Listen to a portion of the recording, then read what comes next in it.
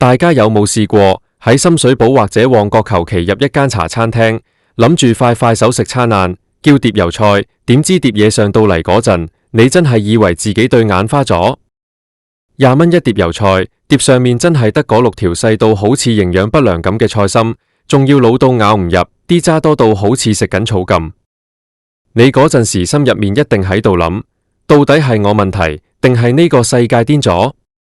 點解依家喺香港食餐飯，好似做緊智力測驗咁，仲要係俾人當水魚咁劏？今日我就同大家逐層剝開呢個掠食之刀嘅真相，睇下點解我哋呢班香港人會俾人逼到寧願個個禮拜坐車上去深圳，都唔想留喺度受氣。講真嗰句，以前我哋成日話北上係因為平，但係去到2026年嘅今日，仲話北上純粹係因為窮，咁你就真係太天真啦。其實好多時係俾香港呢啲劣食同埋西面服務逼走嘅。你試諗下，你辛辛苦苦返咗成個禮拜工，諗住放假同屋企人去食餐好啲嘅，結果去到商場啲連鎖店排隊排咗9個字都算啦，入到去坐嗰張凳仲窄過劏房，張台油淋淋都未抹乾淨，個伙計好似你欠咗佢幾百萬咁，將份餐單啪一聲掉喺你面前。最慘係咩？最慘係你叫嗰碟所謂嘅招牌菜，味道竟然同微波爐叮叮飯無分別，但係張單嚟到加埋一要成500-600蚊。呢種感覺唔係心痛啲錢，而係覺得自己好似俾人當係傻仔咁。最近網上面有個好熱門嘅討論，就係講緊呢啲6條菜心嘅現象。有人話：大佬啊，依家租貴人工貴，20蚊有6條菜俾你食，老細都蝕緊本啊！喂，呢種邏輯真係奇怪。如果做生意做到要靠劏客先生存到，咁係咪個經營模式本身就有問題？我哋成日講面皮薄，其實香港好多餐廳就係專門捉住呢種心理。你見到碟嘢咁難食，份量咁少，你心入面雖然好興，但係見到隔籬左右都係咁食，你又唔好意思叫個經理過嚟投訴，驚俾人話你係西客，結果你就默默咁食咗佢，然後下次唔再嚟。呢啲餐廳就係靠呢種一次性消費生存，佢哋根本唔打算做熟客，總之劏得一個得一個。2024年到2025年呢2年，我哋見到大批食肆執笠，好多老牌名店都撐唔住。好多人會怪租金，冇錯，地產霸權真係好大問題，但係你有冇發現，有啲鋪頭就算喺淡市，依然大排長龍？因為人哋真係用心去做。相反，嗰啲一味靠慳、靠減成本，用埋啲垃圾食材嘅鋪頭，佢哋嘅倒閉，某程度上係市場嘅一種自我淨化。你用20蚊買6條菜，你當消費者係白痴，消費者自然會用腳投票。而家好多人話深圳食嘢又平又靚，服務又好。我哋拋開政治或者其他偏見唔講，純粹講消費體驗。你想去深圳啲商場，人哋啲鋪頭大到可以打波，裝修靚到可以打卡，最重要係咩？係人哋當你係客。你入到去，有人打招呼，有水飲，碟菜上到嚟，如果唔熱或者唔好食，你反映一下，人哋真係會幫你換，甚至送多個甜品俾你。反觀香港，你同個伙計講句碟嘢有條頭髮，佢可能仲會反白眼，細聲話食得唔好嘥啦。呢種服務差距，先係最令香港人感到心寒嘅地方。我記得有一次喺銅鑼灣一間所謂嘅文青咖啡，叫咗份成100幾蚊嘅全日早餐，上到嚟嗰陣，塊煙肉燶到好似炭咁，隻蛋就生到成灘水，仲要有一大堆罐頭豆。我當時真係想問個廚師，你煮完之後有冇試過未？但係睇見全場都係啲後生仔女喺度打緊卡，好似食緊人間美味咁。我突然間明白咗，原來劣食之所以生存到，係因為我哋嘅要求越嚟越低，低到只要個擺盤夠靚，味道係點已經唔重要。呢種面皮薄或者係怕麻煩嘅心態，正正就係養肥咗呢啲劣食店嘅元兇。講返嗰6條菜心，其實佢背後反映嘅係一個好悲哀嘅現實，就係香港餐飲業嘅崩壞。由97年到而家，香港嘅飲食文化一直係我哋嘅驕傲。由路邊攤到米芝蓮，我哋咩都有。但係唔知由幾時開始，快、靚，正變成咗快、貴、難。為咗追求利潤最大化，好多鋪頭將程序標準化到一個點，係連個廚師都唔知自己煮緊咩。啲湯係粉沖嘅，啲肉係預製菜，連碟菜都係一早烚定喺度放咗成粒鐘。咁樣嘅食物點會有靈魂？再講下嗰啲專湯面皮薄人士嘅招數，最常見嘅就係隱形消費。你坐低，佢問你飲咩茶，你以為係免費，結果埋單每位收你20幾蚊茶錢。佢擺碟花生喺度，你以為係送嘅，結果又要收錢。仲有嗰啲所謂嘅加一服務費，其實有冇服務過你？好多時連水都要自己斟，但係嗰一成錢佢就收得理直氣壯。如果你提出疑問，佢哋就有一套好熟練嘅對答。公司規定價喎，個個都係咁收價啦。呢啲說話就係要令你覺得自己先係嗰個唔正常嘅人，等你自己覺得尷尬，然後乖乖俾錢。我哋成日話要振興香港經濟，要留港消費，但係如果消費嘅代價係要受氣，係要食垃圾，咁點解我哋要咁折磨自己？2026年嘅香港人活得已經夠辛苦啦，返工壓力大，生活空間細，難得放假想去食餐好嘅，點知仲要好似去咗戰場咁，要同人搶位，要睇人面色。北上消費對好多人嚟講唔係一種背叛，而係一種解脫。喺嗰度起碼可以舒舒服服咁坐低食一餐似樣嘅飯，而唔係俾人趕住走，或者喺度掃住碟入面有幾條菜。其實我哋呢班面皮薄嘅人都有責任。如果每一次遇到劣食，每一次遇到無禮貌嘅對待，我哋都敢於發聲，敢於唔再去，咁呢啲店鋪自然無生存空間。但係現實係，我哋好多時都係算數，諗住下次唔好再去咯，點知下次去另一間又係一樣，結果成個行業就咁樣沉淪落去。啲老細見到咁樣都有人食，咪繼續減成本，繼續劏客咯。我有個朋友以前係做餐飲嘅，佢話我知，依家好多餐廳嘅成本控制已經去到一個病態嘅地步。以前一碟菜要揀過、洗過，依家就係成包預先切好嘅菜掉落去煮，甚至連洗都費事。佢話如果佢係客，佢都唔會食自己煮嘅嘢。聽到呢度，你話係咪好諷刺？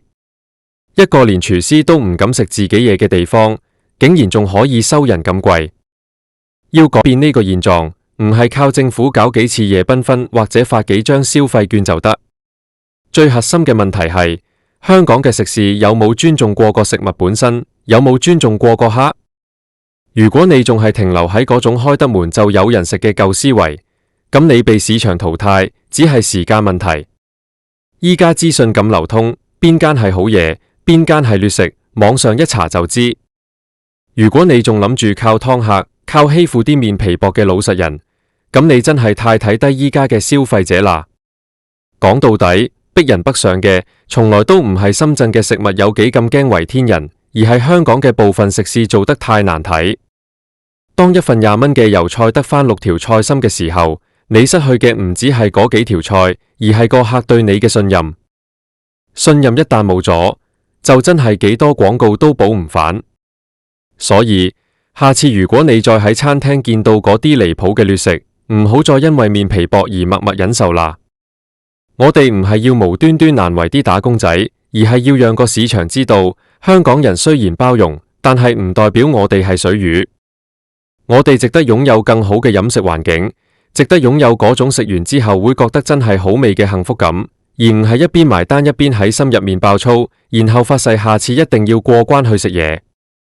再深入啲講，講到呢種湯面皮薄嘅現象，其實喺香港呢個節奏極快嘅社會，真係隨處可見。大家試諗下，如果你喺一間茶餐廳，因為碟嘢太難食或者份量太少而同個伙計嘈，隔離台啲人會點睇你？好多時，大家唔會覺得係間餐廳有問題，反而會覺得呢條友真係煩，少少嘢就喺度吵。呢種社會壓力，令到好多受害者反而變成咗好似做錯事嗰個咁。我識得一個後生仔，23歲，啱啱出嚟做嘢。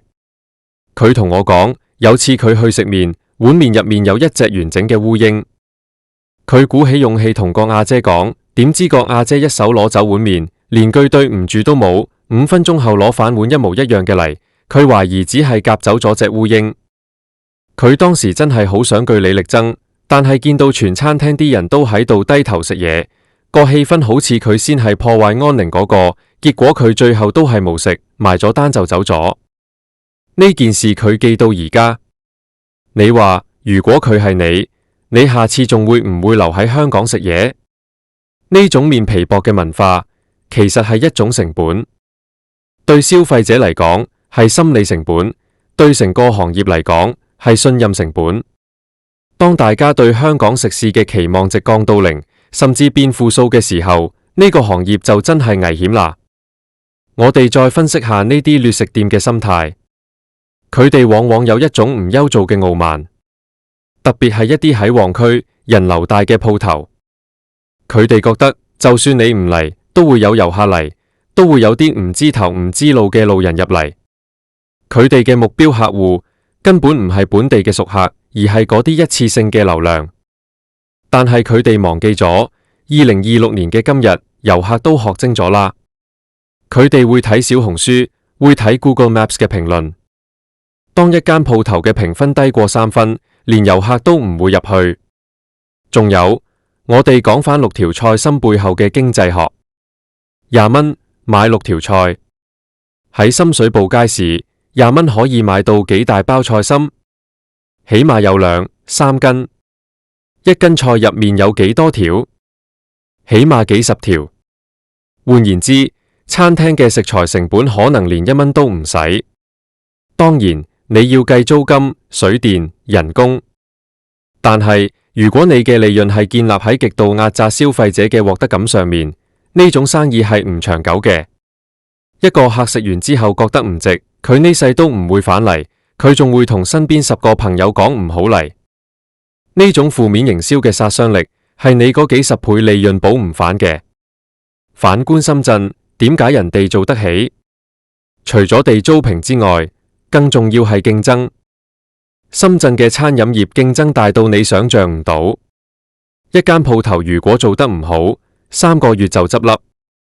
為咗生存，佢哋必須喺味道、環境、服務上面做到最好。人哋會用機械人送餐嚟減成本，但係唔會喺食材上面偷工減料。佢哋明白喺互聯網時代，口碑就係一切。我成日都喺度諗，香港嘅優勢到底去咗邊？以前我哋話香港係美食天堂，係因為我哋有嗰種匠心。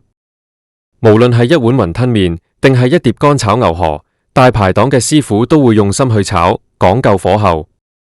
但係依家呢，好多師傅變咗按掣專員，預製菜一加熱，擺落碟，收你80蚊。如果你問佢點解咁難食，佢可能會答你係公司俾呢啲嘢我煮架咋。呢種責任嘅推卸係成個體系嘅崩潰。由管理層到前線，大家似乎都唔再熱愛呢個行業，只係想收工。當一個行業失去咗熱情，剩低落嚟嘅就只有冷冰冰嘅數字同埋嗰6條可憐嘅菜心。有人話香港人北上係因為崇洋媚外或者係唔愛港，我覺得呢啲說話真係好難聽。香港人其實好簡單，我哋只係想有一餐好飯食，有一個合理嘅消費體驗。如果你可以喺香港食到物有所值嘅嘢，邊個想個個禮拜舟車勞頓過關去排隊？大家北上其實係一種無聲嘅抗議，係對香港劣食同西面服務嘅最直接回應。我哋唔係要抹黑全香港嘅餐飲業，其實仲有好多良心鋪頭喺度苦撐。佢哋堅持用靚食材，堅持唔加價，堅持對客有禮貌。但係呢啲好鋪頭往往被嗰啲劣食店搞到一鑊粥。